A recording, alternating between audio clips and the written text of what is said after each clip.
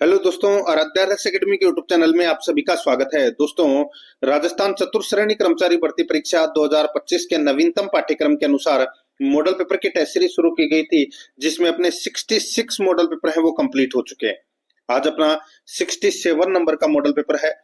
दोस्तों, कुल 120 प्रश्न इसमें शामिल किए गए हैं और हूबहू आपको ऐसा ही पेपर है वो परीक्षा में देखने को मिलेगा। दोस्तों, अगर आपने पिछले 66 मॉडल पेपरों का अगर टेस्ट नहीं दिया है तो आप प्ले लिस्ट में जाइए, वहां पे आपको फोल्डर मिल जाएगा चतुर्थ श्रेणी कर्मचारी मॉडल पेपर के नाम से।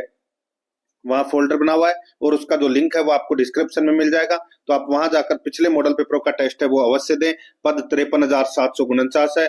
शायद ही इतनी बड़ी भर्ती परीक्षा आपको भविष्य में देखने को मिले, इसलिए दोस्तों रोजाना आपको मेरे साथ में चलना है। अगर आप पीछे हैं तो दोस्तों 4 या 5 मॉडल पेपर का टेस्ट देकर रोजाना आप हमारे साथ में चल सकते हैं। आराध्या रस एकेडमी के यूट्यूब चैनल को अगर आपने अभी तक सब्सक्राइब नहीं किया तो सब्सक्राइब जरूर करें, बेल आइकन को दबाएं। क्लास को लाइक नहीं किया तो क्लास को लाइक करें और अपने दोस्तों के पास में शेयर जरूर करें। तो चलिए दोस्तों शुरू करते हैं आज का अपना 67 नंबर का मॉडल पेपर। देखिए, ये परीक्षा पैटर्न है। 120 प्रश्न परीक्षा में पूछे जाएंगे। प्रश्नों का दोस्तों यहाँ पर डिवाइडेशन हो रखा है। 20 प्रश्न है हिंदी के, 15 प्रश्न इंग्लिश के, 15 प्रश्न मैथ के और 70 प्रश्न है वो जीके के। जीके के प्रश्नों के अंदर भी डिवाइडेशन है। दोस्तों, राजस्थान भूगोल के 20 प्रश्न पूछे जाएंगे, राजस्थान इतिहास और कला संस्कृति के 20 प्रश्न है, राजस्थान पॉलिटी के 5 प्रश्न और 5 प्रश्न है वो राजस्थान करंट अफेयर के, यानी कि 50 प्रश्न है वो राजस्थान जीके के होंगे।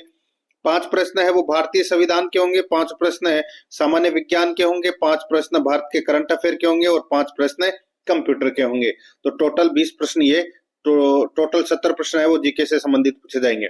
इसी के अनुरूप दोस्तों अपन ये जो पेपर है वो देख रहे हैं। यहाँ पर देखिए दोस्तों, इसमें भाग 1 में राजस्थान भूगोल के 20 प्रश्न है वो पढ़ रहे हैं सिलेबस के अकॉर्डिंग। देखिए, पहला प्रश्न है, निम्नलिखित में से किस जनगणना वर्ष में राजस्थान की दशकीय वृद्धि दर अधिकतम थी? बताइए, कौन सी जनगणना वर्ष में राजस्थान की दशकीय वृद्धि दर अधिकतम थी? तो यहाँ पर इस प्रश्न का जो सही उत्तर हो जाएगा वो है दोस्तों इसमें 1981 में।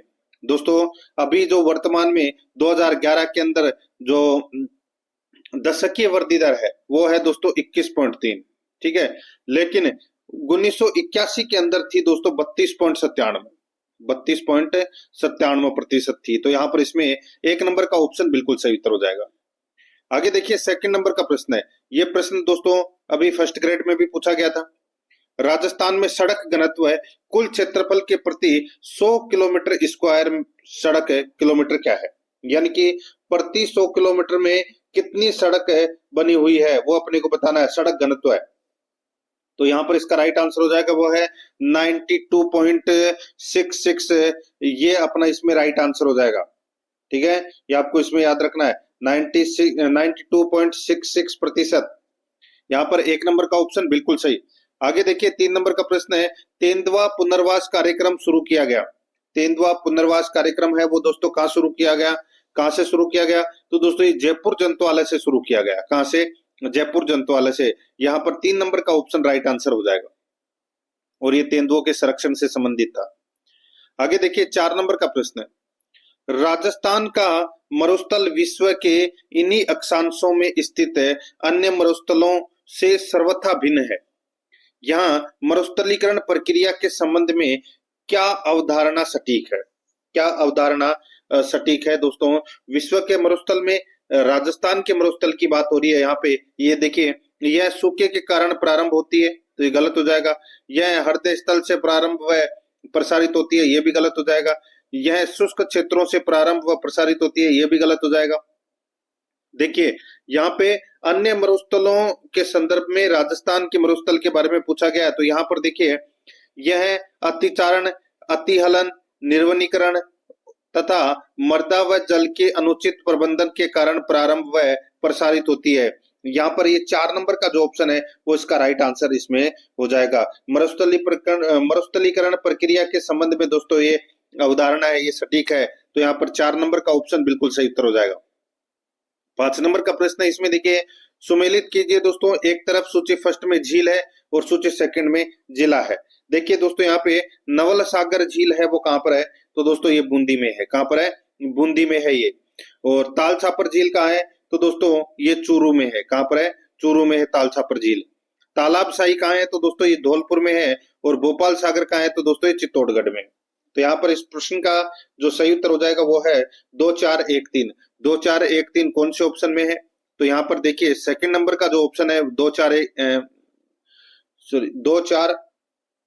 3 1, ठीक है। 2 4, देखिए तालाब सही तो कहां पर है? तो इसमें 2 4 1 3, ठीक है। 2 4 1 3 कौन से ऑप्शन में है? तो यहाँ पर देखिए एक और ये इसमें दे रखा है। तो यहाँ पर दोस्तों एक डंडा और खींच लेना, तो ये 2 4 1 3 हो जाएगा इसमें। यहाँ पर पहला नंबर का जो ऑप्शन है वो इसका बिल्कुल सही उत्तर हो जाएगा। आगे देखिए 6 नंबर का प्रश्न है, निम्नलिखित में से कौन सा कथन बेडच नदी के संबंध में सही नहीं है? कौन सा कथन बेडच नदी के संबंध में सही नहीं है वो पूछा गया है। दोस्तों यहाँ पर देखिए इसमें यह गुलाबपुरा भीलवाड़ा के निकट बनास में मिलती है, तो ये गलत हो जाएगा। आप सभी को पता है कि बेडच नदी है वो बनास नदी में कहां पर मिलती है? तो दोस्तों ये बिंगोद, भीलवाड़ा, मांडलगढ़, ठीक है। तो यहाँ पर ये अपना 1 नंबर का ऑप्शन राइट आंसर हो जाएगा, क्योंकि ये कथन है वो गलत है। यहाँ पर गुलाबपुरा नहीं, मांडलगढ़ भीलवाड़ा में दोस्तों त्रिवेणी संगम होता है बनास, बेडच और मेनाल का, ठीक है। तो ये अपना पहला कथन है वो गलत हो जाएगा। यह गंगा नदी बेसिन के अंतर्गत आती है, बिल्कुल सही है। यह गोगुंदा पहाड़ियों से उद्गमित होती है, बिल्कुल सही है। गंभीरी और ओराई इसकी सहायक नदियां हैं, तो दोस्तों ये बिल्कुल सही है। तो यहाँ पर अपना इसमें कौन सा गलत कथन है? 1 नंबर का ऑप्शन बिल्कुल सही। 7 नंबर का प्रश्न इसमें देखिए, राजस्थान में पलाया झीलों की रचना कहाँ हुई? राजस्थान में पलाया झीलों की रचना है वो कहां पर हुई? तो दोस्तों ये मरुस्थल के बालू का स्तूप मुक्त क्षेत्र में, मरुस्थल के बालू का स्तूप मुक्त क्षेत्र में दोस्तों पलाया झीलों की रचना हुई है। तो यहाँ पर इसमें राइट आंसर हो जाएगा 3 नंबर ऑप्शन सही। 8 नंबर का प्रश्न है, राजस्थान में कौन सी संरचना इम्पैक्ट क्रेटर संरचना मानी जाती है? इम्पैक्ट क्रेटर संरचना मानी जाती है, यानी कि जिसका निर्माण है वो दोस्तों उल्कापिंड से हुआ है। तो वो है दोस्तों रामगढ़ स्ट्रक्चर, बारां जिला। तो यहाँ पर इसमें राइट आंसर हो जाएगा 4 नंबर का ऑप्शन बिल्कुल सही। आगे देखिए 9 नंबर का प्रश्न है, जयपुर में महाराजा स्कूल की स्थापना किस वर्ष हुई? तो दोस्तों महाराजा स्कूल की जो स्थापना है वो 1844 ईस्वी में हुई थी। किसने की थी दोस्तों? राम सिंह द्वितीय ने। ये आपको इसमें याद रखना है, राम सिंह द्वितीय ने महाराजा स्कूल की स्थापना की थी। 4 नंबर का ऑप्शन सही। 10 नंबर का प्रश्न इसमें देखिए, जवाई बांध परियोजना राजस्थान के कौन से जिले में स्थित है? जवाई बांध परियोजना राजस्थान के कौन से जिले में स्थित है? तो ये पाली में है। राइट आंसर हो जाएगा यहाँ पे 4 नंबर ऑप्शन सही। 11 नंबर का प्रश्न इसमें देखिए, आपदा प्रबंधन चक्र में शामिल है, आपदा प्रबंधन चक्र में शामिल है, तो बताइए क्या शामिल है आपदा प्रबंधन चक्र में? तो दोस्तों देखिए, आपदा प्रावस्था, अनुक्रिया व पुनर्प्राप्ति प्रावस्था, समन्वय, तैयारी प्रावस्था, तो ये सभी हैं। ये क्या है? आपदा प्रबंधन चक्र में शामिल है। तो यहाँ पर इसका राइट आंसर हो जाएगा उपरोक्त सभी। 4 नंबर का ऑप्शन बिल्कुल सही उत्तर हो जाएगा। 12 नंबर का प्रश्न इसमें देखिए, ग्रामीण गौरव पथ फ्लैगशिप योजना का उद्देश्य है, ग्रामीण गौरव पथ फ्लैगशिप योजना का उद्देश्य है, तो दोस्तों इसका उद्देश्य क्या है? इसका उद्देश्य है ग्राम पंचायत मुख्यालय में सीमेंट कंक्रीट की सड़कों का दोस्तों उस निर्माण करना है। ग्रामीण गौरव पथ फ्लैगशिप योजना का उद्देश्य क्या है? ग्राम पंचायत मुख्यालय में सीमेंट कंक्रीट की सड़कों का निर्माण करना है। राइट आंसर हो जाएगा यहाँ पे 2 नंबर का जो ऑप्शन है वो सही उत्तर हो जाएगा। आगे देखिए दोस्तों, यहाँ पे 13 नंबर का प्रश्न है, 2011 की जनगणना के अनुसार किस जिले में सर्वाधिक ग्रामीण लिंगानुपात है? किस जिले में सर्वाधिक ग्रामीण लिंगानुपात है? तो दोस्तों राइट आंसर हो जाएगा, सर्वाधिक ग्रामीण लिंगानुपात पाली जिले में है। कितना? तो दोस्तों 1003, ठीक है, याद रखना 1000 पुरुषों के पीछे स्त्रियों की संख्या को लिंगानुपात कहते हैं, ठीक है। तो यहाँ पर 1000 पुरुषों के ऊपर 1003 है, ग्रामीण लिंगानुपात की बात कर रहा हूं मैं यहाँ पे। 4 नंबर का ऑप्शन सही। 14 नंबर का प्रश्न इसमें देखिए, भारत का कितना सतही जल राजस्थान में मिलता है? तो दोस्तों भारत का कितना ही सतही जल है वो राजस्थान में मिलता है, तो 1.16%। यहाँ पर 1 नंबर का ऑप्शन बिल्कुल सही उत्तर हो जाएगा। 15 नंबर का प्रश्न इसमें देखिए, भाखड़ा नांगल परियोजना में राजस्थान की कितनी हिस्सेदारी है? भाखड़ा नांगल परियोजना में राजस्थान की कितनी हिस्सेदारी है? राइट आंसर हो जाएगा दोस्तों इसमें 15.22% है दोस्तों, 15.22% हिस्सेदारी है, या 15.2 भी बोल सकते हैं। राइट आंसर हो जाएगा यहाँ पे 2 नंबर ऑप्शन सही। 16 नंबर का प्रश्न है, वह वृक्ष जिसमें से कत्था निकाला जाता है, बताइए वह वृक्ष जिसमें से कत्था निकाला जाता है। राइट आंसर हो जाएगा दोस्तों वो है खैर। खैर वृक्ष से कत्था निकाला जाता है, 1 नंबर ऑप्शन बिल्कुल सही। 17 नंबर का प्रश्न है, कोपेन के जलवायु वर्गीकरण के अनुसार राजस्थान का कौन सा क्षेत्र एडब्ल्यू प्रकार की जलवायु का अनुभव करता है? एडब्ल्यू प्रकार की जलवायु यानी कि दोस्तों आप बोल सकते हैं अति आर्द्र। और अति आर्द्र में दोस्तों कौन कौन से जिले आते हैं, जैसे कि बांसवाड़ा आ गया, डूंगरपुर आ गया, झालावाड़ आ गया, कोटा का कुछ क्षेत्र आ गया। तो ये दोस्तों कौन से क्षेत्र में है? तो दोस्तों ये सबसे दक्षिणी क्षेत्र में एडब्ल्यू प्रकार की जलवायु पाई जाती है। यहाँ पर 1 नंबर का ऑप्शन बिल्कुल सही। नेक्स्ट है, आगे देखिए यहाँ पर 18 नंबर का प्रश्न है, राजस्थान में जनवरी में न्यूनतम तापमान निम्नलिखित में से किस जिले में अंकित किया जाता है? न्यूनतम तापमान किस जिले में अंकित किया जाता है? तो राइट आंसर हो जाएगा वो है गंगानगर जिले में अंकित किया जाता है दोस्तों ये न्यूनतम तापमान। ठीक है, राइट आंसर हो जाएगा। ये देखिए ऑप्शन के अनुसार बताना है अपने को, पाली, भीलवाड़ा, जैसलमेर, इनमें से दोस्तों सभी को पता होगा जनवरी के महीने में क्या सर्दी पड़ती है, और न्यूनतम तापमान दोस्तों गंगानगर जिले में है। 2 नंबर का ऑप्शन बिल्कुल सही। आगे देखिए यहाँ पे 19 नंबर का प्रश्न है, निम्नलिखित युग्मों में से कौन सा सुमेलित नहीं है? कौन सा सुमेलित नहीं है वो अपने को बताना है। एक तरफ नदी है तो दूसरी तरफ सहायक नदी है, एक तरफ नदी है तो दूसरी तरफ है सहायक नदी है। दोस्तों यहाँ पर देखिए चंबल नदी की जो सहायक नदी है वो है बनास, बिल्कुल सही बात है। बनास की सहायक नदी है दोस्तों बेटच, बिल्कुल सही बात है। और बेटच की सहायक नदी अभी बताया था मैंने आपको दोस्तों, गंभीरी और ओराई, ये इसकी सहायक नदियां हैं बेटच की। लूणी की सहायक नदी दोस्तों सुकड़ी है, बिल्कुल सही है। काली सिंध की सहायक नदी कोठारी, ये गलत हो जाएगा दोस्तों। कोठारी तो किसकी सहायक नदी है? तो दोस्तों ये बनास की सहायक नदी है कोठारी। दोस्तों यहाँ पर जो काली सिंध की सहायक नदी की अगर मैं बात करूं तो दोस्तों इसकी सहायक नदियां हैं परवन, निवाज और आहू। ठीक है, ये काली सिंध की सहायक नदियां हैं। यहाँ पर 4 नंबर का ऑप्शन बिल्कुल सही उत्तर हो जाएगा। 20 नंबर का प्रश्न इसमें देखिए, भानगढ़, सिरावास एवं बिलाली कहाँ स्थित है? भानगढ़, सिरावास और बिलाली कहाँ स्थित है? तो दोस्तों ये पर्वत चोटियां हैं। ठीक है, और ये कहाँ पर है? तो ये अलवर में। और इस कौन से अरावली के अंतर्गत आता है? तो दोस्तों ये उत्तरी अरावली के अंतर्गत आता है। तो यहाँ पर इसका राइट आंसर हो जाएगा उत्तरी अरावली प्रदेश में। आगे देखिए यहाँ पे, अब दोस्तों भाग 2 के अंदर राजस्थान इतिहास एवं कला संस्कृति से संबंधित 20 प्रश्न है वो अपन सिलेबस के अकॉर्डिंग यहाँ पे पढ़ने जा रहे हैं। दोस्तों देखिए 21 नंबर का प्रश्न है, निम्नांकित में से कौन सा कथन असत्य है? निम्नांकित में से कौन सा कथन असत्य है वो दोस्तों अपने को यहाँ पर बताना है। तो यहाँ पर देखिए पहला, जोधपुर जिले में मेनाल और पाडाजर महादेव नामक 2 प्राकृतिक झरने हैं। जोधपुर जिले में मेनाल और पाडाजर महादेव नामक 2 प्राकृतिक झरने हैं। तो दोस्तों ये गलत हो जाएगा। ये जो मेनाल और पाडाजर महादेव नामक जो ये 2 प्राकृतिक झरने हैं ये कहां पर है? तो दोस्तों ये चित्तौड़गढ़ में है। कहां पर है दोस्तों? चित्तौड़गढ़ में है। ये यहाँ पर इसमें जोधपुर गलत दे रखा है, पहला ही गलत हो जाएगा। आगे देखिए, सीकर जिले की नीमकाथना तहसील में प्रीतमपुरी नामक स्थान पर केवल एक ही झील है। तो दोस्तों बिल्कुल सही है। पिछोला झील में 2 टापू हैं, एक टापू पर जगमंदिर और दूसरे पर जगनिवास महल, जगनिवास नामक महलों का निर्माण किया गया है, बिल्कुल सही बात है। आगे देखिए, मेजाबांध भीलवाड़ा जिले की मांडल तहसील में स्थित है। तो दोस्तों ये भी बिल्कुल सही है। तो यहाँ पर अपना इसमें असत्य कथन कौन सा हो जाएगा? 1 नंबर का ऑप्शन बिल्कुल सही उत्तर इसमें हो जाएगा। आगे देखिए यहाँ पे 22 नंबर का प्रश्न है, गोपी जी भट्ट राजस्थान की किस लोक नृत्य शैली के कलाकार हैं? गोपी जी भट्ट बताइए कौन से नृत्य शैली के कलाकार हैं? राइट आंसर हो जाएगा दोस्तों ये तमाशा के हैं। 1 नंबर का ऑप्शन बिल्कुल सही, तमाशा के। 23 नंबर का प्रश्न इसमें देखिए, राजस्थान में वार्षिक शीतकालीन उत्सव कब मनाया जाता है? राजस्थान में वार्षिक शीतकालीन उत्सव है वो कब मनाया जाता है?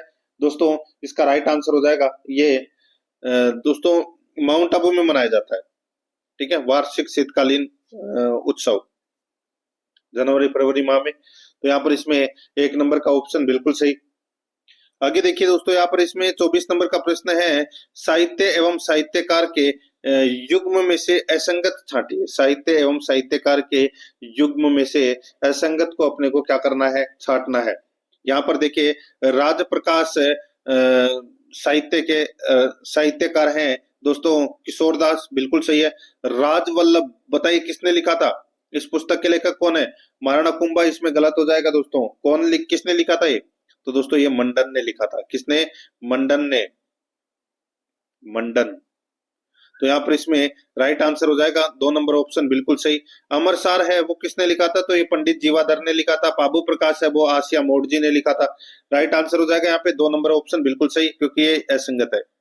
आगे देखिए, कौन से लोक देवता बुंदेल से थे? बताइए कौन से लोक देवता बुंदेल से थे? राइट आंसर हो जाएगा वो है हडबुजी। यहाँ पर 1 नंबर का ऑप्शन बिल्कुल सही उत्तर हो जाएगा हडबुजी। दोस्तों आपको डिस्क्रिप्शन में टेलीग्राम का लिंक मिल जाएगा। टेलीग्राम चैनल का नाम है आराध्या आरएएस एकेडमी, और उसका लिंक है वो आपको डिस्क्रिप्शन में मिल जाएगा, तो आप टेलीग्राम चैनल से जरूर जुड़े। बुंदेल से थे तो दोस्तों हडबुजी इसका सही उत्तर हो जाएगा। आगे देखिए, यहाँ पर 26 नंबर का प्रश्न है, 14 फरवरी 1948 को भारत सरकार ने भरतपुर प्रशासन पर अधिकार करके भरतपुर राज्य का प्रशासक किसको नियुक्त किया था? 14 फरवरी 1948 को भारत सरकार ने भरतपुर प्रशासन पर अधिकार करके भरतपुर राज्य का प्रशासक किसको नियुक्त किया था? बहुत ही शानदार लेवल का प्रश्न है दोस्तों। इसका राइट आंसर हो जाएगा एस.एन. सप्रू को। एस.एन. सप्रू को दोस्तों प्रशासक नियुक्त किया था। 4 नंबर ऑप्शन सही उत्तर। 27 नंबर का प्रश्न है, निम्नलिखित में से कौन बीकानेर षड्यंत्र मुकदमा से संबंध नहीं था? निम्नलिखित में से कौन बीकानेर षड्यंत्र मुकदमा से संबंध नहीं था? दोस्तों यहाँ पर इसका राइट आंसर हो जाएगा वो है इसमें रघुवर दयाल गोयल। रघुवर दयाल गोयल है, इनका संबंध दोस्तों बीकानेर षड्यंत्र मुकदमा से इनका संबंध है वो नहीं था, बाकी तीनों का था। ठीक है, आगे देखिए दोस्तों, यहाँ पर इसमें किसान आंदोलन व उसके प्रारंभ होने के वर्ष की निम्नलिखित में से कौन सी जोड़ी सही है? अब देखिए इसमें एक ही जोड़ी सही है दोस्तों, बाकी इसमें सारे गलत दे रखे हैं, एक सही है। देखिए मारवाड़ किसान आंदोलन 1920 गलत हो जाएगा। मारवाड़ किसान आंदोलन दोस्तों ये 1923 में शुरू हुआ था। शेखावाटी किसान आंदोलन 1927 गलत हो जाएगा दोस्तों, ये 1922 में शुरू हुआ था और ये 1947 तक चला था ये शेखावाटी किसान आंदोलन। भरतपुर किसान आंदोलन 1938 ये भी गलत हो जाएगा दोस्तों, ये 1931 में शुरू हुआ था भरतपुर किसान आंदोलन। और बेंगू किसान आंदोलन है ये दोस्तों 1921 में शुरू हुआ था, तो ये बिल्कुल सही है। यहाँ पर इसमें 4 नंबर का ऑप्शन बिल्कुल सही उत्तर हो जाएगा। 29 नंबर का प्रश्न है, मराठा सरदार महादजी सिंधिया और राजपूतों के मध्य तुंगा का युद्ध किस वर्ष लड़ा गया था? दोस्तों तुंगा का युद्ध है वो कब लड़ा गया था? तो ये 1787 ईस्वी में लड़ा गया था। यहाँ पर 4 नंबर का ऑप्शन बिल्कुल सही। 30 नंबर का प्रश्न है, श्रीलाल जोशी का संबंध था। श्रीलाल जोशी का जो संबंध है वो किससे था? तो दोस्तों ये फड़ चित्रण से इनका संबंध था। 2 नंबर का ऑप्शन सही। आगे देखिए, नागौर दरबार का आयोजन किस वर्ष किया गया? नागौर दरबार लगा था दोस्तों 1570 ईस्वी में। यहाँ पर 2 नंबर का ऑप्शन बिल्कुल सही।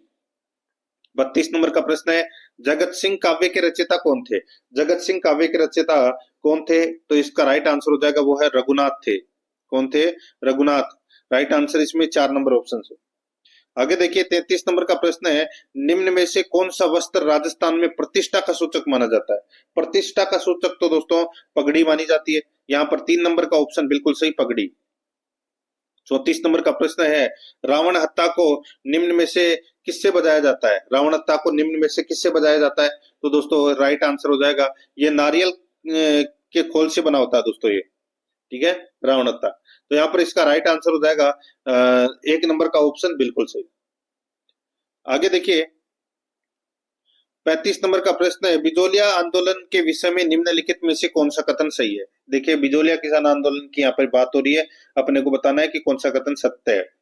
यह आंदोलन 1857 में आरंभ हुआ, गलत हो जाएगा। ये दोस्तों 1897 में प्रारंभ हुआ था। इसका नेतृत्व साधु सीताराम दास ने किया था, बिल्कुल सही बात है। गोपाल सिंह बिजोलिया के सरदार थे, गलत हो जाएगा। कृष्ण सिंह ने किसानों पर 84 प्रकार के कर लगाए थे, यहाँ पर 64 है वो गलत दे रखा है, तो ये भी गलत हो जाएगा। तो यहाँ पर सही कौन सा है? सिर्फ इसमें 2 नंबर का कथन है वो दोस्तों इसमें क्या है, सही है, बाकी इसमें गलत दे रखे हैं। यहाँ पर इसमें 2 नंबर का ऑप्शन बिल्कुल सही उत्तर हो जाएगा, क्योंकि दोस्तों बिजोलिया किसान आंदोलन का जो प्रथम चरण है उसका नेतृत्व दोस्तों साधु सीताराम दास ने किया था। यहाँ पर देखिए 36 नंबर का प्रश्न है, बादशाह का प्रसिद्ध मेला राजस्थान के किस शहर में आयोजित होता है? राइट आंसर हो जाएगा दोस्तों ये ब्यावर में आयोजित होता है। कहां पर? ब्यावर में। 3 नंबर का ऑप्शन सही उत्तर। 37 नंबर का प्रश्न है, जीवन भर दूल्हे के वेश में रहते हुए दादू के उपदेशों का बखान करने वाले संत कौन थे? तो दोस्तों उनका नाम था रज्जब जी। यहाँ पर 2 नंबर का ऑप्शन बिल्कुल सही, रज्जब जी। आगे देखिए 38 नंबर का प्रश्न है, हाली द्वारा हल जोतना आरंभ करते समय जो गोगा गोगा राखी बांधी जाती है उसमें कितनी गांठें होती है? बताइए दोस्तों, हाली द्वारा हल जोतना आरंभ करते समय जो गोगा राखी बांधी जाती है उसमें कितनी गांठें होती है? तो दोस्तों उसमें 9 गांठें होती है। कितनी? 9। राइट आंसर हो जाएगा यहाँ पे 1 नंबर ऑप्शन से।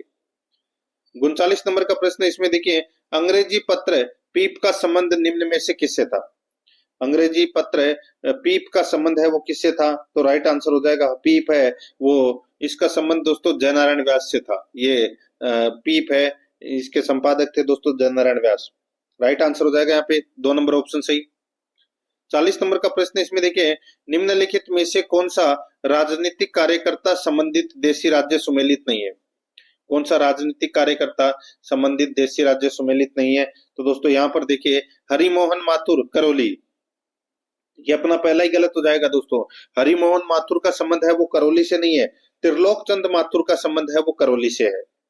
ठीक है दोस्तों, हरि मोहन माथुर ने दोस्तों बूंदी राज्य लोक परिषद की स्थापना की थी 1944 में, तो बूंदी से संबंधित थे, करौली से संबंधित नहीं थे। गोपीलाल यादव का संबंध भरतपुर से था, बिल्कुल सही है। मथुरा दास माथुर का संबंध मारवाड़ से था, ये भी बिल्कुल सही है। कृष्णदत्त पालीवाल का संबंध धौलपुर से था, ये भी बिल्कुल सही है। तो यहाँ पर इसका राइट आंसर हो जाएगा 1 नंबर का ऑप्शन बिल्कुल सही। यहाँ पे हरि मोहन माथुर की जगह दोस्तों त्रिलोक चंद माथुर आता तो ये सही होता। अब दोस्तों अपन भाग 3 के अंदर भारतीय संविधान से संबंधित 5 प्रश्न है वो पढ़ने जा रहे हैं, बिल्कुल सिलेबस के अकॉर्डिंग मित्रों चल रहे हैं। यहाँ पर देखिए 41 नंबर का प्रश्न है, मौलिक कर्तव्यों के संबंध में, मौलिक कर्तव्य के संबंध में निम्नलिखित में से कौन सा कथन सही नहीं है? तो कौन सा कथन सही नहीं है वो दोस्तों अपने को यहाँ पर बताना है। यहाँ पर आप देख सकते हैं दोस्तों, इसमें अनुच्छेद 51A मौलिक कर्तव्यों से संबंधित है। अनुच्छेद 51A मौलिक कर्तव्यों से संबंधित है, तो दोस्तों बिल्कुल सही बात है। मौलिक कर्तव्यों की कुल संख्या 11 है, बिल्कुल सही है। 43वें संविधान संशोधन द्वारा शामिल किया गया तो गलत हो जाएगा। मौलिक कर्तव्य दोस्तों 42वें संविधान संशोधन 1976 के माध्यम से इनको शामिल किया गया था। 43 की जगह 42 आता तो सही होता। आगे देखिए, संविधान के भाग 4A में मौलिक कर्तव्य को शामिल किया गया है, बिल्कुल सही बात है। तो यहाँ पे गलत कौन सा है? तीसरा नंबर का, 3 नंबर ऑप्शन राइट आंसर हो जाएगा। 42 नंबर का प्रश्न इसमें देखिए, 42वें संविधान संशोधन अधिनियम द्वारा भारतीय संविधान की प्रस्तावना में निम्नलिखित में से कौन से नए शब्द जोड़े गए? तो दोस्तों आप सभी को पता होगा 3 शब्द है वो नए जोड़े गए थे 42वें संविधान संशोधन के माध्यम से। कौन कौन से थे? समाजवादी, समाजवादी, पंथ निरपेक्ष और अखंडता। ठीक है, ये तीनों शब्द जोड़े गए थे दोस्तों। लोकतांत्रिक, लोकतंत्रात्मक और प्रभुत्व संपन्न, ये नहीं जोड़े गए थे दोस्तों। ये 3 शब्द जोड़े गए थे। तो यहाँ पर इसका राइट आंसर क्या हो जाएगा? वो है ABC। ABC कौन से ऑप्शन में? तो यहाँ पर 3 नंबर का जो ऑप्शन है वो इसका राइट आंसर हो जाएगा। आगे देखिए, यहाँ पे 43 नंबर का प्रश्न है, सभी ऐतिहासिक स्मारकों को यह निर्देश लगे होते हैं कि जनता को दीवारों पर कुछ नहीं लिखना चाहिए। दिया गया कथन किस मौलिक कर्तव्य से संबंधित है? बताइए, दिया गया कथन है वो कौन से मौलिक कर्तव्य से संबंधित है? तो इसका जो राइट आंसर हो जाएगा दोस्तों वो है इसमें ये सार्वजनिक संपत्ति की रक्षा करना और हिंसा का त्याग करने से संबंधित है। यहाँ पर 1 नंबर का जो ऑप्शन है वो इसका बिल्कुल सही उत्तर हो जाएगा। आगे देखिए 44 नंबर का प्रश्न है, निम्नलिखित कथनों पर विचार कीजिए, उपयुक्त कथनों में से कौन सा सही है वो अपने को कूट भाषा के माध्यम से बताना है। यहाँ पर देखिए, संसद संविधान के किसी भी अंश या प्रावधान में संशोधन कर सकती है बशर्ते वह मूल ढांचे का उल्लंघन न करता हो। तो दोस्तों यहाँ पर ये जो कथन दे रखा है ये इसमें क्या है? तो दोस्तों बिल्कुल सत्य है। आगे देखिए, न्यायालय ने संविधान की मूल ढांचा विशेषताओं का सिद्धांत केशवानंद भारती मुकदमे के अपने निर्णय में दिया था। तो दोस्तों बिल्कुल सही बात है। यहाँ पर दोनों के दोनों कथन है वो दोस्तों क्या है, सत्य है। तो यहाँ पर इसका राइट आंसर हो जाएगा 3 नंबर का ऑप्शन बिल्कुल सही, ए और बी दोनों सही है। आगे देखिए, यहाँ पे 45 नंबर का प्रश्न है, निम्नलिखित में से किसे भारत की संविधान सभा के अध्यक्ष के रूप में चुना गया था? किसे दोस्तों भारत की संविधान सभा के अध्यक्ष के रूप में चुना गया था? तो यहाँ पर इसका राइट आंसर हो जाएगा वो है दोस्तों किसे? तो दोस्तों राजेंद्र प्रसाद इसका राइट आंसर हो जाएगा। 1 नंबर ऑप्शन बिल्कुल सही। अब यहाँ पर अपन राजस्थान पॉलिटी से संबंधित 5 प्रश्न है वो पढ़ रहे हैं सिलेबस के अकॉर्डिंग भाग 4 में। देखिए 46 नंबर का प्रश्न है, राजस्थान राज्य के विधानमंडल में शामिल है। राजस्थान राज्य के विधानमंडल में शामिल है। तो दोस्तों देखिए राजस्थान में विधान परिषद नहीं है, ठीक है।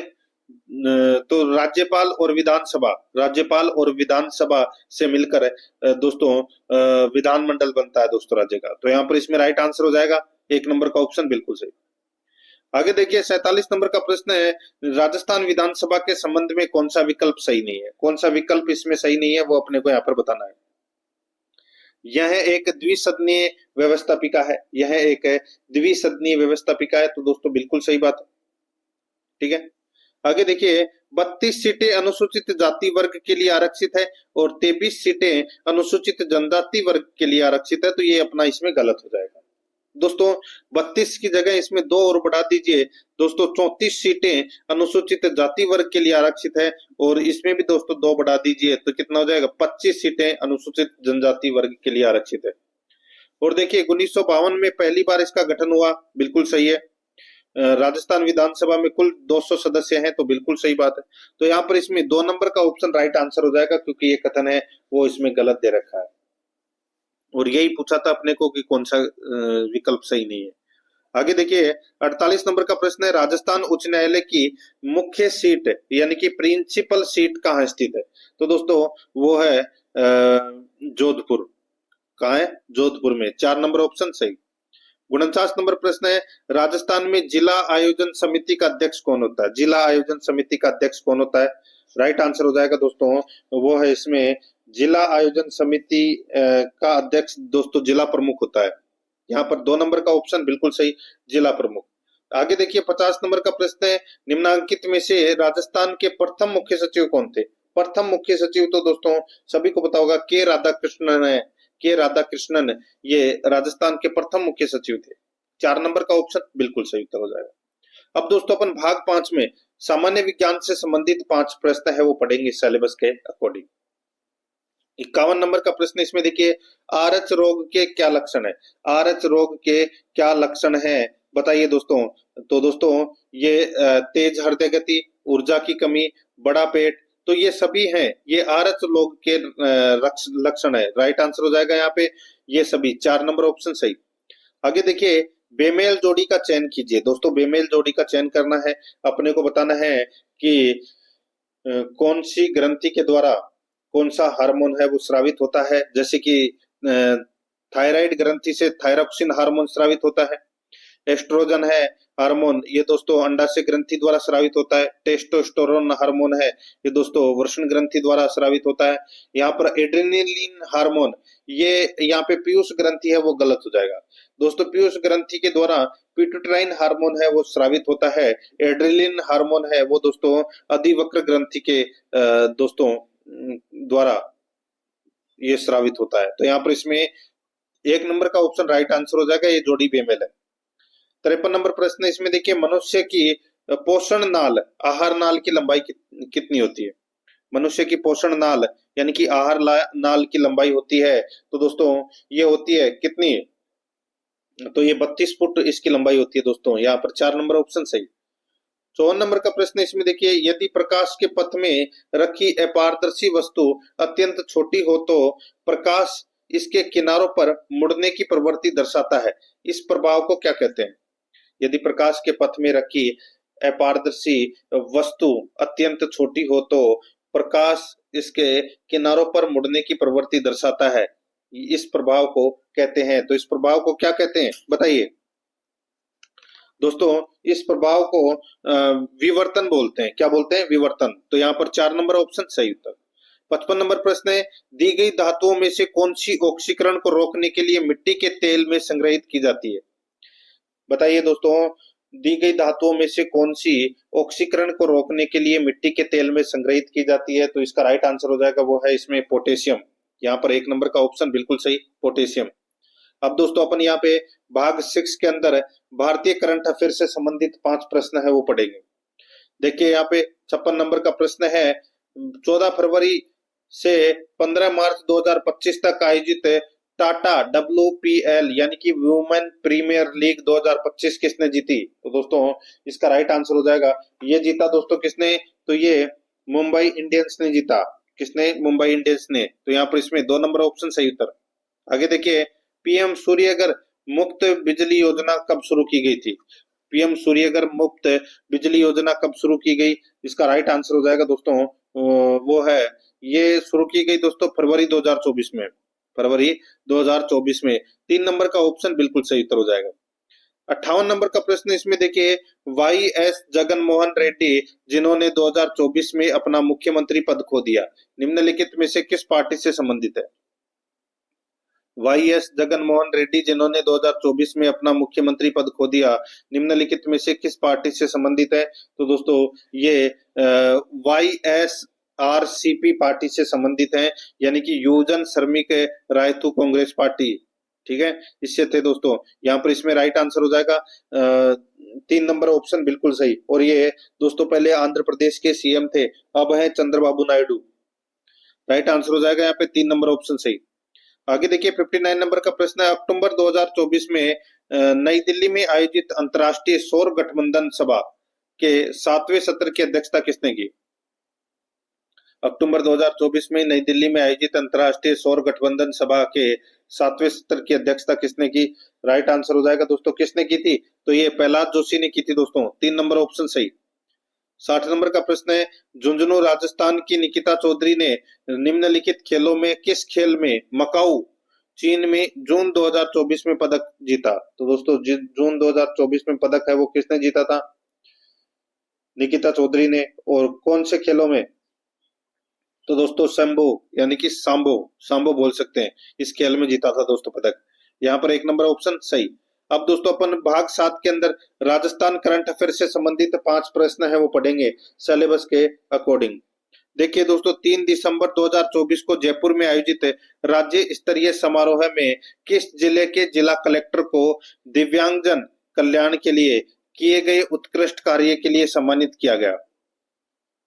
3 दिसंबर 2024 को जयपुर में आयोजित राज्य स्तरीय समारोह में किस जिले के जिला कलेक्टर को दिव्यांगजन कल्याण के लिए किए गए उत्कृष्ट कार्य के लिए सम्मानित किया गया? राइट आंसर हो जाएगा दोस्तों वो है बाड़मेर के। तो यहाँ पर इसमें सही उत्तर हो जाएगा 2 नंबर ऑप्शन सही। आगे देखिए 62 नंबर का प्रश्न है, अंतर्राष्ट्रीय महिला दिवस 8 मार्च 2025 का जयपुर में आयोजित ठीक है, अंतर्राष्ट्रीय महिला दिवस 8 मार्च 2025 को जयपुर में आयोजित राज्य स्तरीय महिला सम्मान समारोह में लाडो प्रोत्साहन योजना में प्रदान की जाने वाली राशि को 1 लाख रुपए से बढ़ाकर किया गया है। 1 लाख रुपए से बढ़ाकर दोस्तों कितना किया गया है? तो इसका राइट आंसर हो जाएगा दोस्तों वो है 1 लाख रुपए से बढ़ाकर दोस्तों 1.5 लाख रुपए किया गया है। यहाँ पर इसमें 2 नंबर का जो ऑप्शन है वो इसका राइट आंसर हो जाएगा 1.5 लाख। आगे देखिए 23 जनवरी 2025 को आईसीडीएस फील्ड कार्मिक प्रशिक्षण के लिए स्किल लैब का वर्चुअल उद्घाटन कहाँ किया गया? 23 जनवरी 2025 को आईसीडीएस फील्ड कार्मिक प्रशिक्षण के लिए स्किल लैब का वर्चुअल उद्घाटन कहाँ किया गया? राइट आंसर हो जाएगा वो है दोस्तों कहाँ पर किया गया? तो ये धौलपुर में किया गया दोस्तों। 1 नंबर ऑप्शन सही, धौलपुर। आगे देखिए प्रधानमंत्री मातृ वंदना योजना के तहत प्रथम संतान के जन्म के समय दी जाने वाली राशि है, तो दोस्तों दी जाने वाली राशि कितनी है? तो 6,500 रुपए। यहाँ पर 2 नंबर ऑप्शन बिल्कुल सही, 6,500 रुपए। 65 नंबर का प्रश्न है, rising Rajasthan global investment summit का आयोजन किया गया। Rising Rajasthan global investment summit का आयोजन कहाँ किया गया? तो दोस्तों इसका राइट आंसर हो जाएगा वो है 9 से 11 दिसंबर 2024। 9 से 11 दिसंबर 2024। यहाँ पर 2 नंबर का ऑप्शन सही। दोस्तों अब देखिए भाग 8 में अपन कंप्यूटर से संबंधित 5 प्रश्न है वो पढ़ रहे हैं सिलेबस के अकॉर्डिंग। देखिए निम्न में से कौन सी फेलिंग हार्ड ड्राइव का लक्षण है? निम्न में से कौन सी फेलिंग हार्ड ड्राइव का लक्षण है? तो दोस्तों वो है क्लिक की आवाज का तेज होना। क्लिक की आवाज का तेज होना ये फेलिंग हार्ड ड्राइव का लक्षण है दोस्तों। यहाँ पर इसमें 2 नंबर ऑप्शन सही। आगे देखिए, पावर पॉइंट में एनिमेशन पेंटर का उद्देश्य क्या है? एनिमेशन पेंटर का उद्देश्य क्या है? एनिमेशन पेंटर का उद्देश्य है एक ऑब्जेक्ट को दूसरे में एनिमेशन कॉपी करना। यहाँ पर 3 नंबर का ऑप्शन बिल्कुल सही उत्तर हो जाएगा। 68 नंबर का प्रश्न है, इसमें देखिए, निम्न में से कौन सा कार्य फंक्शन फाइल के आकार को कम करके भंडारण जगह को संरक्षित करता है? निम्न में से कौन सा कार्य फाइल के आकार को कम करके भंडारण जगह को संरक्षित करता है? तो यहाँ पर इसका राइट आंसर हो जाएगा, वो है इसमें फाइल कंप्रेशन। यहाँ पर 4 नंबर का ऑप्शन बिल्कुल सही, फाइल कंप्रेशन। 69 नंबर का प्रश्न है, एमएस वर्ड में टेक्स्ट फॉर्मेटिंग के संदर्भ में निम्न में से कौन सा विकल्प इफेक्ट श्रेणी कैटेगरी से संबंध रखता है? एमएस वर्ड में टेक्स्ट फॉर्मेटिंग के संदर्भ में निम्नलिखित में से कौन सा विकल्प इफेक्ट श्रेणी से संबंध रखता है? तो यहाँ पर इसका राइट आंसर हो जाएगा, वो है स्ट्राइक थ्रू। स्ट्राइक थ्रू एक नंबर का ऑप्शन बिल्कुल सही, स्ट्राइक थ्रू। 70 नंबर का प्रश्न है, एमएस एक्सेल वर्कशीट की सेल में संख्याओं का डिफॉल्ट क्षैतिज संरेखण क्या होता है? एमएस एक्सेल वर्कशीट की सेल में संख्याओं का डिफॉल्ट क्षैतिज संरेखण क्या होता है? राइट आंसर हो जाएगा, वो है दोस्तों इसमें क्या होता है? तो ये राइट। तो यहाँ पर इसमें 3 नंबर का ऑप्शन बिल्कुल सही उत्तर इसमें हो जाएगा। अब दोस्तों अपन भाग 9 के अंदर हिंदी व्याकरण से संबंधित 20 प्रश्न है वो पढ़ेंगे सिलेबस के अकॉर्डिंग। दोस्तों आराध्या रस एकेडमी के यूट्यूब चैनल को अगर आपने अभी तक सब्सक्राइब नहीं किया तो चैनल को जरूर सब्सक्राइब कर लें, बेल आइकन को दबाएं ताकि नोटिफिकेशन है वो आप सभी के पास में निरंतर पहुंचता रहे। और क्लास को लाइक नहीं किया तो फटाफट क्लास को लाइक जरूर करें। और करंट अफेयर के प्रश्नों के लिए दोस्तों मूमल क्लासेज यूट्यूब चैनल को अगर आपने अभी तक सब्सक्राइब नहीं किया तो उसका लिंक है वो आपको डिस्क्रिप्शन में मिल जाएगा, तो उस चैनल को भी जरूर सब्सक्राइब करें। यहाँ पर देखिए दोस्तों 71 नंबर का प्रश्न है, विश्वविद्यालय द्वारा प्रवेश नियमों में संशोधन की सूचना संबंध महाविद्यालयों को किस रूप में भेजी जाएगी? तो बताइए किस रूप में भेजी जाएगी? तो ये परिपत्र के रूप में भेजी जाएगी। यहाँ पर 3 नंबर का ऑप्शन बिल्कुल सही उत्तर हो जाएगा। अब देखिए यहाँ पे 72 नंबर का प्रश्न है, एक्स पार्टी जजमेंट का हिंदी पारिभाषिक शब्द है। बताइए एक्स पार्टी जजमेंट का हिंदी पारिभाषिक है शब्द कौन सा है? तो वो है एक्स यानी कि एक पक्षीय निर्णय। एक पक्षीय निर्णय इसका सही उत्तर हो जाएगा। 1 नंबर का ऑप्शन बिल्कुल सही। 73 नंबर का प्रश्न है, इसमें देखिए निम्न में से कौन सा मुहावरा एवं उसका अर्थ सही है? कौन सा मुहावरा एवं उसका अर्थ सही है? तो यहाँ पर देखिए दोस्तों, गागर में सागर भरना, गागर में सागर भरना यानी कि थोड़े शब्दों में अधिक कहना, थोड़े शब्दों में अधिक कहना, ये क्या है? मुहावरा सही है दोस्तों। 2 नंबर का ऑप्शन इसका राइट आंसर हो जाएगा। तेली का बैल होना, तेली का बैल होना, तो दोस्तों यहाँ पर देखिए मन लगाकर काम नहीं करना। तो तेली का बैल होने का मतलब क्या है दोस्तों? बहुत अधिक काम करना, ठीक है। और चोली दामन का साथ, एक दूसरे से स्पर्धा नहीं, एक दूसरा का साथ, ठीक है। और तालू में जीभ न लगना यानी कि दोस्तों अत्यधिक बोलना यानी कि चुप न रहना। तो यहाँ पे भूख से तड़पना ये भी इसमें गलत हो जाएगा, सिर्फ एक ही सही है, 2 नंबर का ऑप्शन सही।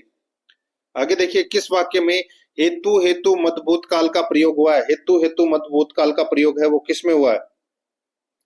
तो यहाँ पर इसका राइट आंसर हो जाएगा, वो है दोस्तों सावधानी बरतते तो दुर्घटना न होती। सावधानी बरतते तो दुर्घटना न होती। यहाँ पर 4 नंबर का जो ऑप्शन है वो इसका सही उत्तर हो जाएगा। 75 नंबर का प्रश्न है, इसमें देखिए निम्नलिखित में शुद्ध वाक्य है। निम्नलिखित में शुद्ध वाक्य है तो वो कौन सा वाक्य है? तो दोस्तों शुद्ध वाक्य इसमें हो जाएगा देखिए शुद्ध वाक्य के बारे में पूछा गया है, ठीक है। तो देखिए हमारे देश में अनेक रमणीय स्थल है, रमणीक स्थल है, ठीक है, रमणीक स्थल है। तो यहाँ पर इसका राइट आंसर हो जाएगा 4 नंबर का ऑप्शन बिल्कुल सही।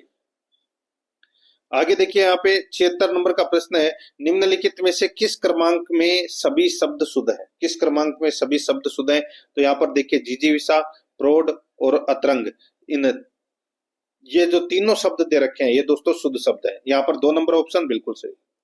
77 नंबर का प्रश्न है, इसमें देखिए उपत्यका का अर्थ है। उपत्यका का अर्थ क्या है? तो दोस्तों इसका अर्थ है पर्वत के नीचे की तलहटी की भूमि।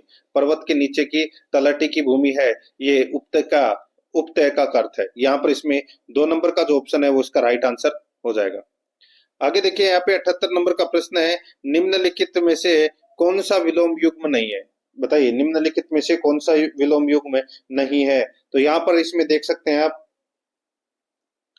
देखिए कृतज्ञ का कृतघ्न हो जाएगा, ऋजु का कुटिल हो जाएगा, उन्नत का अवनत हो जाएगा, कर्मठ का दोस्तों उद्यमी गलत हो जाएगा। कर्मठ का दोस्तों जो विलोम होगा वो दोस्तों अकर्मण्य होगा। अकर्मण्य, ठीक है। तो यहाँ पर इसका राइट आंसर हो जाएगा 4 नंबर ऑप्शन से। नेक्स्ट आगे देखिए 79 नंबर प्रश्न है, निम्नलिखित शब्दों में से एक शब्द शंकर का पर्यायवाची नहीं है। तो दोस्तों पता चल गया होगा आपको यहाँ पे। देखिए ससदर, ससदर है ये दोस्तों किसका पर्यायवाची है? तो ये चंद्रमा का पर्यायवाची है। बाकी भूतेश, वामदेव और त्रिलोचन ये तीनों शंकर के पर्यायवाची है। आगे देखिए 80 नंबर का प्रश्न है, किस विकल्प में कृदंत शब्द है या कृदंत प्रत्यय युक्त है? तो यहाँ पर इसका राइट आंसर हो जाएगा वो है इसमें दोस्तों करणीय। यहाँ पर 4 नंबर का जो ऑप्शन है वो इसका बिल्कुल सही उत्तर हो जाएगा करणीय, ठीक है। ये कृदंत शब्द है दोस्तों, ये कृत प्रत्यय युक्त है ये।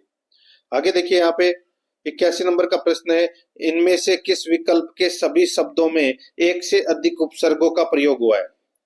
बताइए इनमें से किस विकल्प के सभी शब्दों में एक से अधिक उपसर्गों का प्रयोग हुआ है? तो यहाँ पर इसका राइट आंसर हो जाएगा वो है इसमें प्रत्याघात। दोस्तों इसमें प्रति उपसर्ग लगा हुआ है और दोस्तों इसमें प्रति प्लस ए भी उपसर्ग हो जाएगा दोस्तों इसमें, ठीक है। प्रति प्लस ए प्लस घात, तो इसमें प्रत्याघात हो जाएगा। और अप्रत्यक्ष में दोस्तों एक तो ए उपसर्ग होगा और एक प्रति उपसर्ग हो जाएगा इसमें। यहाँ पर 1 नंबर का ऑप्शन बिल्कुल सही। आगे देखिए यहाँ पर 82 नंबर का प्रश्न है, इनमें से किस विकल्प में गलत संधि है? गलत संधि है वो कौन से उपसर्ग में, सॉरी कौन से ऑप्शन में है? तो यहाँ पर देखिए पितृ प्लस आदेश पित्रादेश, मधु प्लस आले मधुवाले, अति प्लस उसमें अति उसमें, गुरु प्लस ओदारिये। तो दोस्तों यहाँ पर गुरुवोदारिये ये गलत हो जाएगा दोस्तों। ये हो जाएगा इसमें डबल मात्रा आएगी इसमें, गुरुवोदारिये ऐसे होगा दोस्तों ये, ठीक है। तो यहाँ पर इसमें राइट आंसर 4 नंबर ऑप्शन हो जाएगा। यहाँ पर सिंगल मात्रा दे रखी है।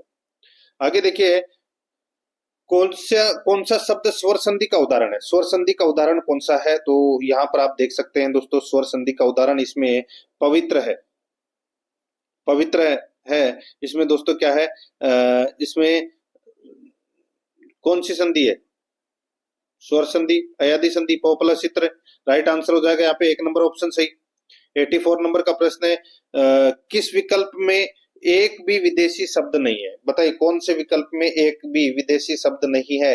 तो यहाँ पर देखिए पाठशाला, व्यायाम और कोयल। पाठशाला, व्यायाम और कोयल ये तीनों में से दोस्तों एक भी शब्द है वो विदेशी नहीं है। यहाँ पर इसमें राइट आंसर हो जाएगा 3 नंबर ऑप्शन सही। आगे देखिए निम्नलिखित में से कौन सा शब्द तद्भव है? तद्भव शब्द बताना है। तो दोस्तों यहाँ पर तद्भव शब्द हो जाएगा साग, ठीक है। 3 नंबर का ऑप्शन बिल्कुल सही। आगे देखिए विशेषण बताइए। दोस्तों विशेषण है वो बताना है अपने को। तो दोस्तों विशेषण बताना है दोस्तों। यहाँ पर देखिए इसमें देखिए सम्य, सम्य है वो क्या है दोस्तों? विशेषण है इसमें। 1 नंबर का ऑप्शन बिल्कुल सही। 87 नंबर का प्रश्न है, राम सो रहा है इस वाक्य में कौन सी क्रिया है? राम सो रहा है इस वाक्य में कौन सी क्रिया है? तो दोस्तों राइट आंसर हो जाएगा इसमें अकर्मक क्रिया है। क्या है? अकर्मक क्रिया। 1 नंबर का ऑप्शन बिल्कुल सही, अकर्मक क्रिया। 88 नंबर का प्रश्न है, इसमें देखिए उसे क्या पता जिसे कभी कोई कष्ट न हुआ हो में कौन सा सर्वनाम है? उसे क्या पता जिसे कोई कष्ट न हुआ हो में कौन सा सर्वनाम है? तो दोस्तों इसमें सर्वनाम हो जाएगा संबंधवाचक सर्वनाम। यहाँ पर 1 नंबर का जो ऑप्शन है वो इसका सही उत्तर हो जाएगा संबंधवाचक सर्वनाम। आगे देखिए 89 नंबर प्रश्न है, इनमें क्रिया से बनी भाववाचक संज्ञा नहीं है। इनमें क्रिया से बनी भाववाचक संज्ञा है नहीं है, तो वो कौन सी नहीं है बताइए? तो भलाई इसका सही उत्तर हो जाएगा। क्या हो जाएगा? भलाई। 4 नंबर का जो ऑप्शन है वो सही उत्तर हो जाएगा भलाई। आगे देखिए 90 नंबर का प्रश्न है, इसमें इसमें भला विशेषण है दोस्तों, ठीक है। ऊपर वाले शब्द के अंदर यहाँ पे क्रिया से बनी भाववाचक संज्ञा नहीं है, तो वो है भलाई। यहाँ पर देखिए जो भला शब्द है ये दोस्तों विशेषण है, ठीक है। इसमें ई प्रत्यय लगा है तो ये भलाई हो गया और ये भाववाचक संज्ञा बन गई। यहाँ पर इसमें 4 नंबर ऑप्शन सही, ये क्रिया नहीं है। आगे देखिए जंगम शब्द का सही विलोम बताइए, तो क्या हो जाएगा, जंगम का हो जाएगा स्थावर। यहाँ पर 1 नंबर का ऑप्शन सही। अब दोस्तों यहाँ पर देखिए भाग 10 के अंदर इंग्लिश ग्रामर से संबंधित 15 प्रश्न है, वो सिलेबस के अकॉर्डिंग पढ़ेंगे। पंचुएक्शन मार्क से संबंधित अपने को बताना है कि कौन सा कोमा या प्रतीक चिन्ह है, वो दोस्तों लगेगा, वो अपने को यहाँ पर बताना है। 91 नंबर प्रश्न है, there was nothing else I could do, बताइए आगे क्या लगेगा, कौन सा चिन्ह लगेगा। तो दोस्तों इसमें 4 नंबर वाला स्टॉप वाला चिन्ह लगेगा दोस्तों यहाँ पर, ठीक है, फुल स्टॉप। तो यहाँ पर इसमें 4 नंबर का ऑप्शन बिल्कुल सही। आगे देखिए choose the correct Hindi translation of the given sentence, तो यहाँ पर अपने को हिंदी ट्रांसलेट करना है। देखिए it is raining very heavily, don't forget to carry your umbrella, don't forget to carry your umbrella. तो दोस्तों इसका राइट आंसर हो जाएगा बारिश, देखिए बहुत ही बारिश हो रही है, अपना छाता लेना मत भूलना। तो यहाँ पर इसका राइट आंसर हो जाएगा वो है 3 नंबर का ऑप्शन बिल्कुल सही, ठीक है। आगे देखिए यहाँ पे fill in the blank with the most appropriate preposition, खालिस्तान में दोस्तों अपने को प्रीपोजिशन भरना है। यहाँ पर देखिए the the burglar got in the window, तो दोस्तों यहाँ पर इसका राइट आंसर हो जाएगा क्या आएगा, इन द विंडो के बीच में द के आगे क्या आएगा। तो दोस्तों यहाँ पर देखिए इसमें बाई द विंडो आएगा, बाई द विंडो। तो यहाँ पर इसमें 2 नंबर ऑप्शन सही। इसमें देखिए इसमें भी प्रीपोजिशन अपने को भरना है। देखिए द मंकीज वर स्विमिंग, दोस्तों the monkeys were swinging one branch of the tree to another. तो बताइए दोस्तों यहाँ पे क्या आएगा, तो इसमें फ्रॉम आएगा, क्या आएगा, from one branch to the tree to another. तो यहाँ पर इसमें 1 नंबर ऑप्शन सही। 95 नंबर का प्रश्न है, इसमें आर्टिकल भरना है दोस्तों। देखिए book you want is out of print, book you want is out of print है, तो यहाँ पर इसका राइट आंसर हो जाएगा दोस्तों इसमें द बुक आएगा। यहाँ पर 1 नंबर का ऑप्शन बिल्कुल सही, द बुक। 96 नंबर का प्रश्न है, fill in the blank with correct determiner या आर्टिकल का प्रयोग करना है अपने को। देखिए please give me milk, please give me milk, तो क्या आएगा, तो दोस्तों यहाँ पे सम मिल्क आएगा, इसमें क्या आएगा, सम मिल्क। यहाँ पर 3 नंबर ऑप्शन सही। आगे देखिए 97 नंबर प्रश्न है, which word is correctly spelled, बताइए दोस्तों यहाँ पे जो सही स्पेलिंग है वो कौन सी है। तो दोस्तों यहाँ पर देखिए यहाँ पर डुली, डुली है ये दोस्तों, इसमें क्या है, बिल्कुल सही स्पेलिंग है, राइट आंसर हो जाएगा यहाँ पे 3 नंबर ऑप्शन सही। 98 नंबर प्रश्न है, इसमें देखिए pick out the correct sentence from those given below. 4 option दे रखे हैं, चारों ऑप्शन में से कोई एक सेंटेंस है वो दोस्तों इसमें बिल्कुल सही है, और वो सेंटेंस है she turned down the offer because the package was quite unattractive. तो यहाँ पर इसमें राइट आंसर हो जाएगा 3 नंबर ऑप्शन सही। 99 नंबर प्रश्न, इसमें देखिए change the exclamatory sentence to assertive, ठीक है, change the exclamatory sentence to assertive. तो इसमें देखिए how kind of you to help me like that, how kind of you to help me like that. तो इसका राइट आंसर हो जाएगा वो है इसमें कौन सा, तो दोस्तों वो है it is very kind of you to help me like that. 2 number option बिल्कुल सही। 100 नंबर का प्रश्न है, देखिए choose the correct option indirect form, indirect form में दोस्तों अपने को चेक करना है। देखिए यहाँ पे Nishi said my parents are famous singers, तो दोस्तों क्या बन जाएगा इसका, तो दोस्तों इसका राइट आंसर हो जाएगा इनडायरेक्ट में। देखिए Nishi said that her parents were famous singers, तो यहाँ पर इसमें 1 नंबर का जो ऑप्शन है वो सही उत्तर हो जाएगा। आगे देखिए यहाँ पे the saint chanted, the saint chanted, god god is great, the indirect speech of this sentence। तो दोस्तों यहाँ पर क्या हो जाएगा, देखिए ये गॉड इज ग्रेट, तो दोस्तों ये यूनिवर्सल ट्रुथ है, तो इसमें क्या हो जाएगा, ये तो चेंज होगा नहीं, तो यहाँ पर हो जाएगा she saint said that God is great, तो यहाँ पर इसमें एक नंबर का ऑप्शन सही। नेक्स्ट आगे देखिए यहाँ पे transformation of sentence active passive, इसमें देखिए who can question Gandhi's in Gandhi's integrity, तो बताइए एक्टिव पैसिव, इसका पैसिव क्या बनेगा दोस्तों, इसका पैसिव बनेगा, देखिए by whom can Gandhi's integrity be question, तो यहाँ पर इसमें 2 नंबर का जो ऑप्शन है वो इसका सही उत्तर हो जाएगा। 103 नंबर का प्रश्न है, इसमें देखिए in active voice the sentence will be read as, in active voice the sentence will be read as, इसमें देखिए many amusing stories are told about Mark Twain, many amusing stories are told about Mark Twain, तो दोस्तों इसका right answer हो जाएगा वो है इसमें कौन सा, तो दोस्तों ये हो जाएगा इसमें people tell many amusing stories about Mark Twain, तो यहाँ पर इसमें 2 नंबर का ऑप्शन बिल्कुल सही। 104 नंबर का प्रश्न है, इसमें देखिए खाली स्थान भरना है, complete the following using correct form of tense, इसमें देखिए they stood in the street loudly, तो दोस्तों they stood in the street loudly, तो यहाँ पर क्या आएगा, इसमें आएगा दोस्तों लाफ्ड, क्या हो जाएगा दोस्तों लाफ्ड आएगा इसमें, तो यहाँ पर 2 नंबर ऑप्शन सही। आगे देखिए इसमें भी खाली स्थान भरना है, देखिए I wanted to see her but I didn't know if she in town, if she in town, तो क्या आएगा, तो दोस्तों इसमें आ जाएगा if she was in town, तो यहाँ पर इसमें 3 नंबर ऑप्शन बिल्कुल सही उत्तर हो जाएगा। अब दोस्तों अपन है वो भाग 11 के अंदर गणित से संबंधित 15 प्रश्न है वो पढ़ेंगे।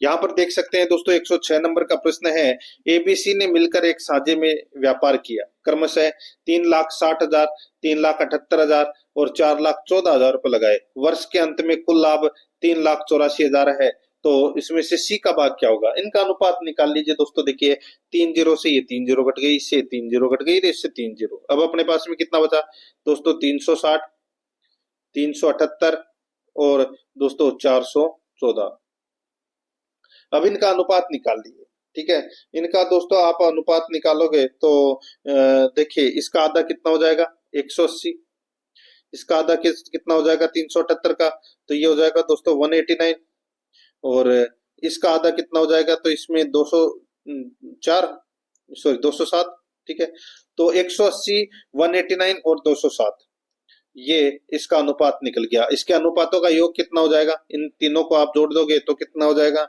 ये हो जाएगा दोस्तों 576, कितना हो जाएगा 576। अब दोस्तों अपने को सी का अनुपात, सी का हिस्सा निकालना है, तो सी का अनुपात कितना है 207, तो कैसे लिखेंगे 207 बटे 576 इंटू 3,84,000, बस इसको काट लीजिए, 1,38,000 आ जाएगा दोस्तों सी का भाग, यहाँ पर इसमें 1 नंबर ऑप्शन सही।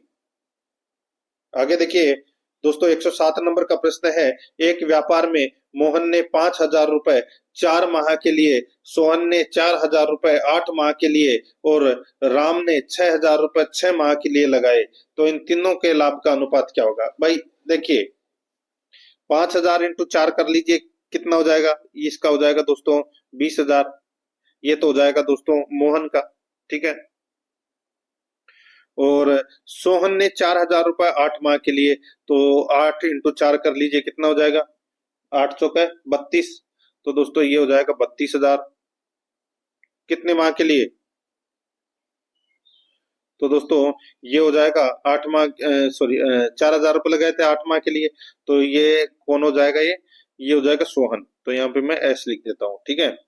राम ने 6,000 रुपए 6 माह के लिए लगाए, तो 6,000 इंटू 6 करोगे तो कितना हो जाएगा 36,000, ठीक है, 36,000 रुपए आ गया दोस्तों किसका, राम का, तो ये मैंने यहाँ पे राम लिख दिया। अब इनका अनुपात निकाल लीजिए दोस्तों। देखिए 3 जीरो से 3 जीरो काट गई, ये भी कट गई 3 जीरो से, ये भी कट गई और ये भी कट गई। ठीक है, अब अपने पास बचा क्या, 20 32, 20 अनुपात 32 अनुपात और 36। अब ये किससे कट रहा है, तो दोस्तों ये देखिए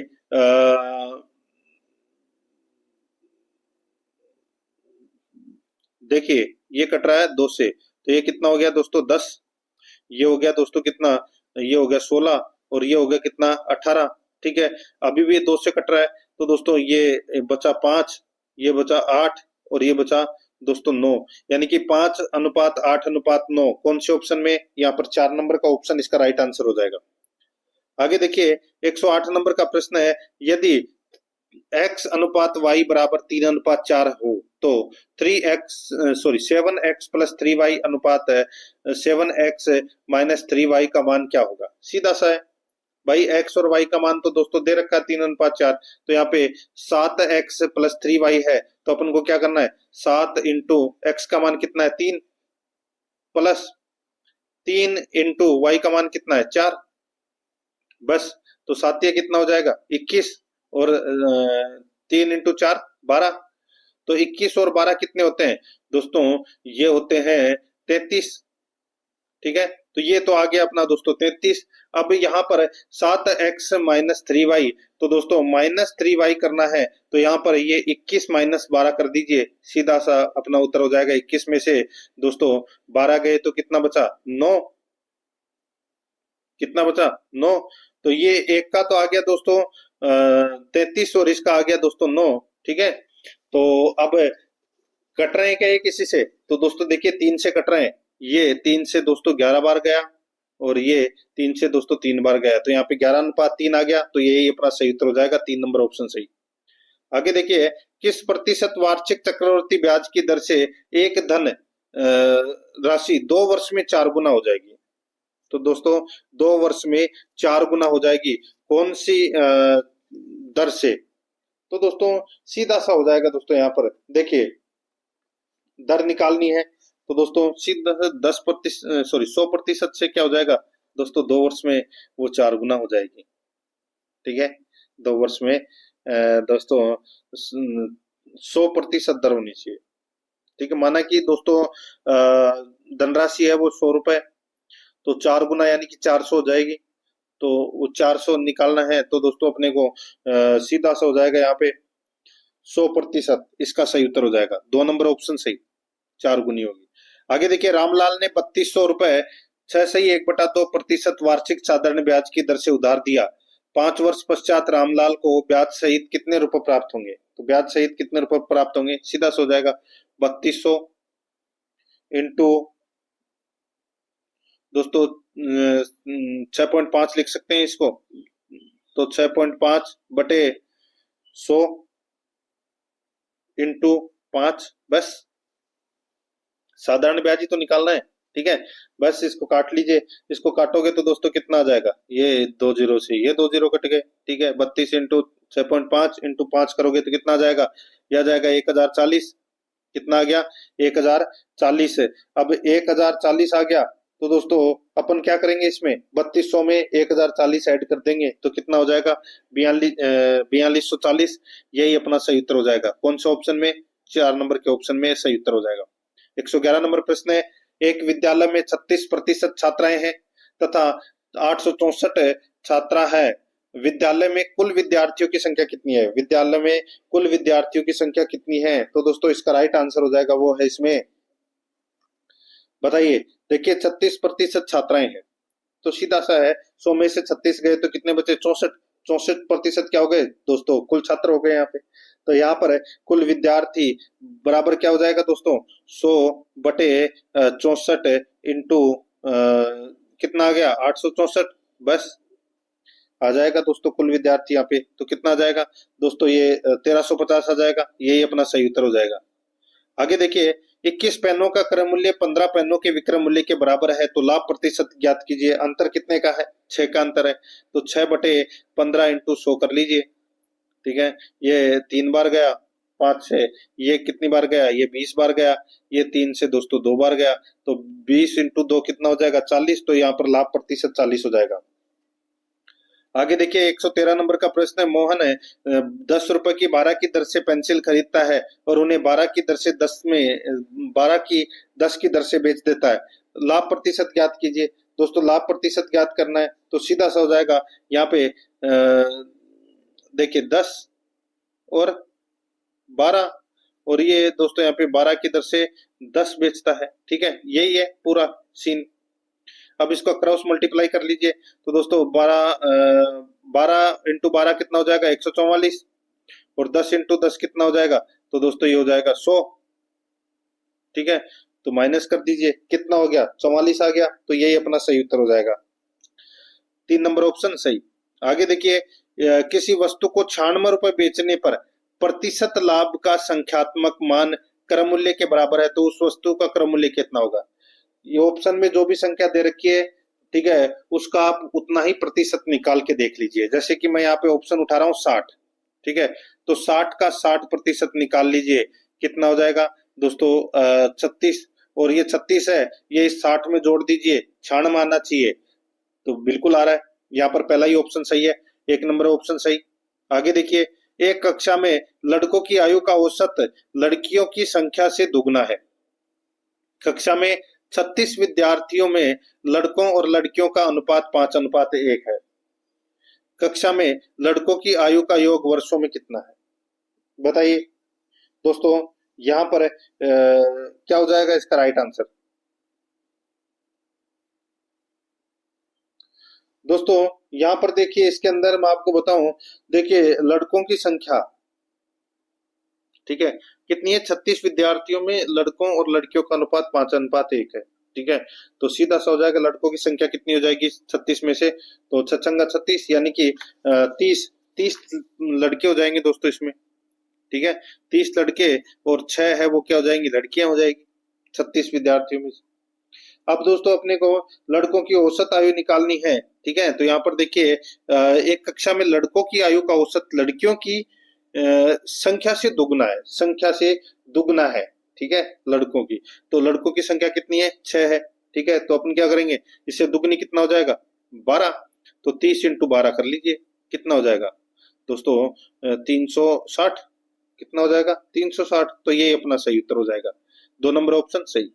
आगे देखिए 20 परिणामों का औसत 30 है, ठीक है, तो 20 इंटू 30 तथा अन्य 30 परिणामों का औसत 20 है, 30 परिणामों का औसत दोस्तों क्या है 20 है, ठीक है, तो यहाँ पे 30 इंटू 20 कर लीजिए, ठीक है, सभी परिणामों को मिलाने पर औसत क्या होगा, सभी परिणामों को मिलाने पर क्या औसत होगा, तो 30 इंटू 20 कितने होते हैं, तो दोस्तों ये होते हैं 600 प्लस, और ये कितने हो जाएंगे, तो दोस्तों ये भी हो जाएंगे 600, ठीक है, तो कितने हो जाएंगे दोस्तों, ये हो जाएंगे 1200।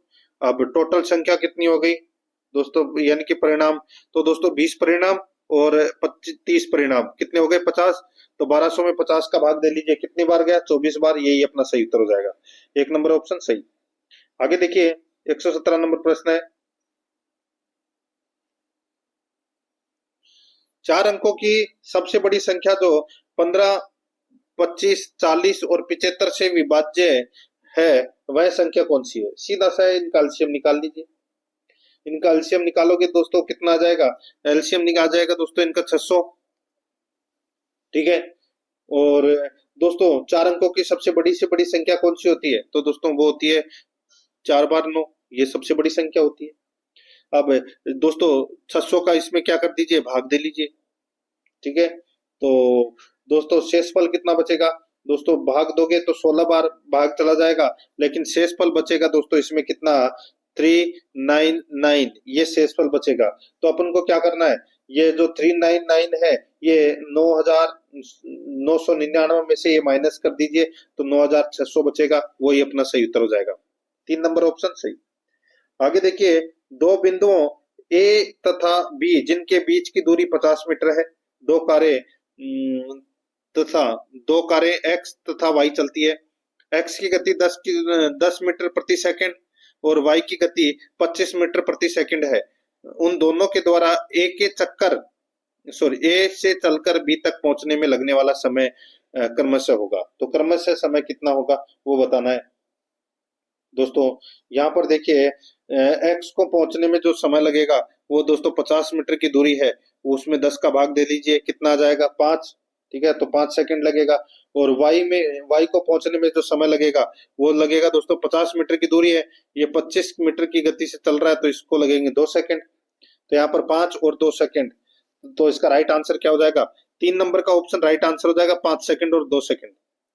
119 नंबर प्रश्न है, ए किसी काम को 20 दिन में, बी 15 दिन में, सी 12 दिन में कर सकता है।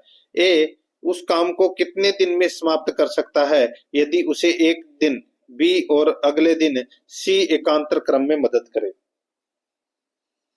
बताइए दोस्तों। यहाँ पर देखिए इसका मैं आपको डायरेक्ट उत्तर बता देता हूँ दोस्तों, 8 दिन इसका राइट आंसर हो जाएगा।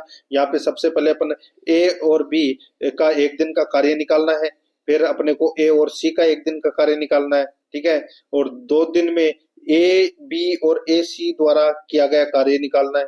ठीक है, फिर कार्य समाप्ति में जो लगा समय है वो निकालना है। तो यहाँ पे 8 दिन इसका सही उत्तर हो जाएगा इसमें। ठीक है, इस प्रश्न को आपको करना है। 120 नंबर प्रश्न है, पाई चार्ट में एक परिवार की मासिक आय के खर्चे का विवरण दिया गया है। इन आलेखीय आंकड़ों में निम्न प्रश्न का उत्तर दीजिए। यदि कपड़ा पर व्यय 2000 है तो मध्य अन्य पर व्यय कितना होगा? मध्य अन्य पर व्यय कितना होगा?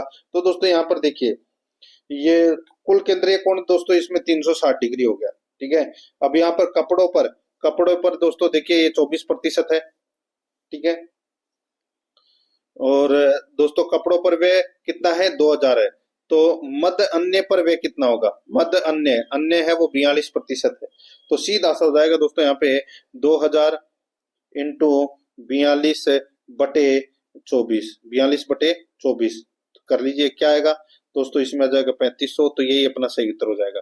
यहाँ पर 4 नंबर का जो ऑप्शन है वो इसका बिल्कुल सही उत्तर हो जाएगा। तो दोस्तों इसी के साथ मैंने आपको 67 नंबर का जो ये मॉडल पेपर है वो चतुर्थ श्रेणी कर्मचारी का करवा दिया है। प्रश्न आपको कैसे लगे कमेंट में जरूर बताएं, और आराध्यारस एकेडमी के यूट्यूब चैनल को सब्सक्राइब जरूर करें, बेल आइकन को दबाएं, क्लास को लाइक और अपने दोस्तों के पास में शेयर जरूर करें। मिलते हैं दोस्तों नेक्स्ट क्लास में। जय हिंद, जय भारत।